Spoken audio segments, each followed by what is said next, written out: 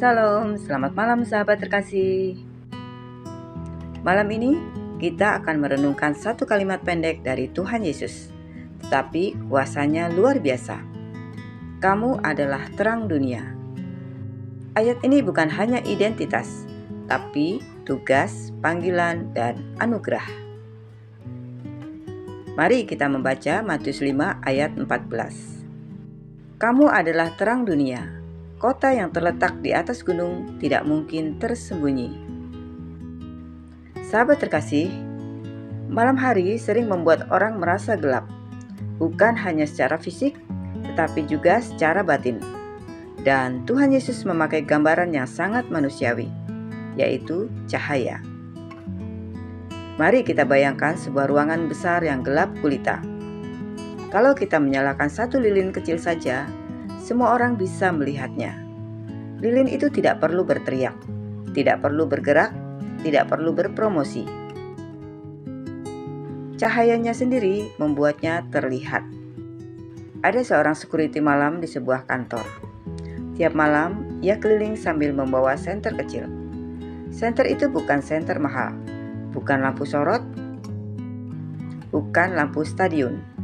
Tapi setiap kali dia lewat, orang merasa aman. Kenapa?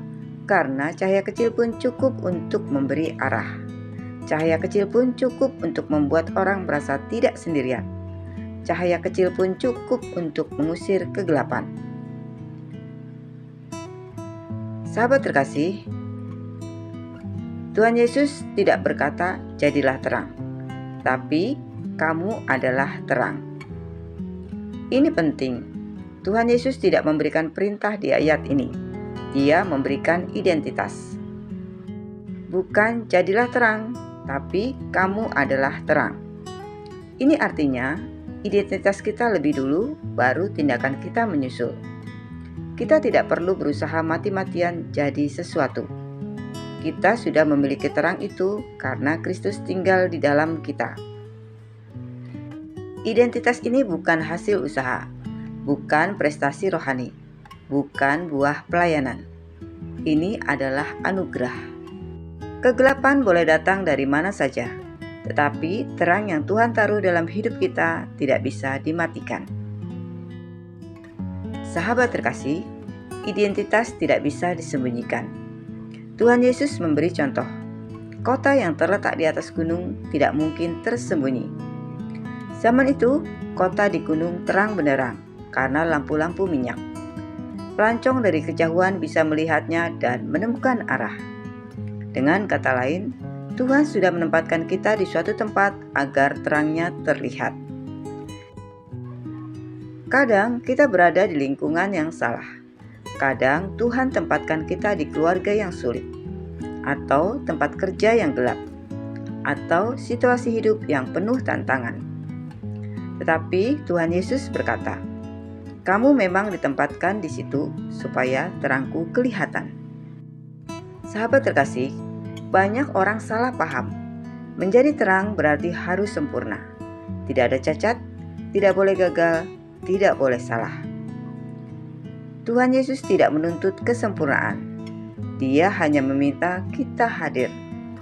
Terang tidak butuh suara, tapi cahayanya membuat perbedaan. Kadang terang itu adalah satu kata baik saat semua kasar, satu tindakan sabar saat orang lain meledak, satu doa sederhana, satu pelukan, satu tidak apa-apa, aku mengampuni, satu keberanian berkata jujur. Terang itu bukan karya besar, terang itu konsistensi kecil yang dilakukan setiap hari. Sahabat terkasih, Tuhan Yesus memberi identitas ini bukan tanpa alasan. Dia tahu dunia gelap.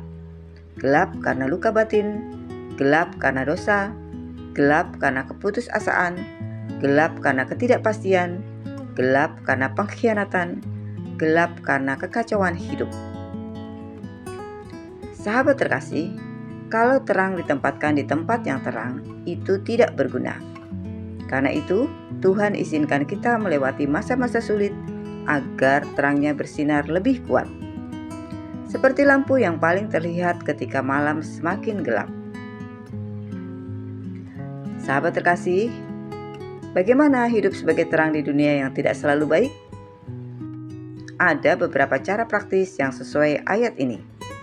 Yang pertama, hidup dengan integritas.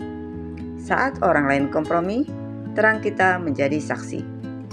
Yang kedua, hidup dengan ketenangan. Terang tidak panik, dia hanya bersinar. Ketenangan adalah bahasa iman. Yang ketiga, hidup dengan kasih.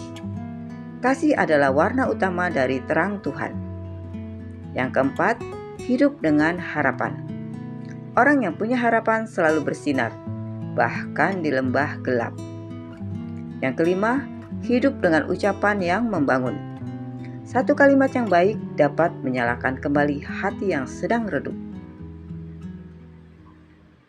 Sahabat terkasih, Tuhan Yesus menegaskan bahwa tujuan terang adalah supaya mereka melihat perbuatanmu yang baik dan memuliakan Bapamu yang di surga.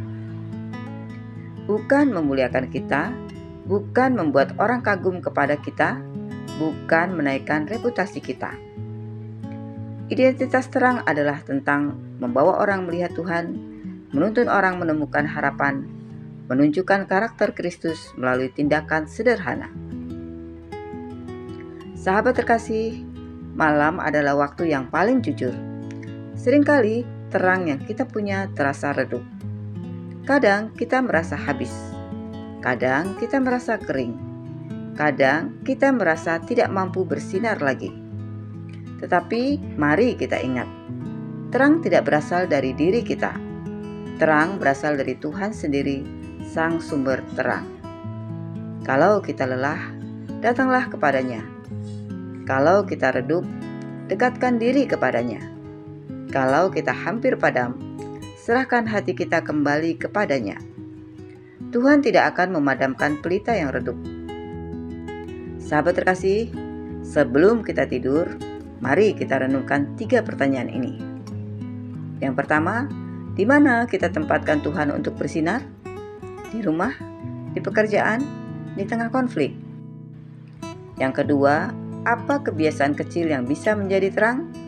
Senyuman, keramahan, pengampunan. Yang ketiga, siapa satu orang yang membutuhkan terang kita? Seseorang yang mungkin sedang remuk, kecewa, atau kehilangan arah. Tuhan tidak memanggil kita untuk memancarkan cahaya besar. Cukup setia dengan cahaya yang Dia taruh di hati kita. Sahabat terkasih, mari kita berdoa bersama. Bapa yang Maha Baik, terima kasih untuk malam yang tenang ini. Terima kasih untuk firman-Mu yang mengingatkan bahwa kami adalah terang dunia. Kadang kami lelah, kadang kami tidak tahu harus bersinar bagaimana. Tapi Engkau adalah sumber terang itu. Tolong kami supaya besok ketika kami bangun, kami membawa terang-Mu kemanapun kami pergi. Biarlah hidup kami menjadi saksi, memberi damai, memberi arah, dan menunjukkan kasih-Mu kepada dunia. Dalam nama Tuhan Yesus Kristus, kami berdoa dan mengucap syukur. Amin. Sahabat terkasih, terima kasih sudah bersama-sama dalam renungan malam ini. Jika firman Tuhan ini memberkatimu, jangan lupa untuk klik like, komen, share, dan subscribe ya, supaya semakin banyak orang dikuatkan oleh firman Tuhan. Sampai jumpa di renungan malam berikutnya. Selamat beristirahat. Tuhan Yesus memberkati.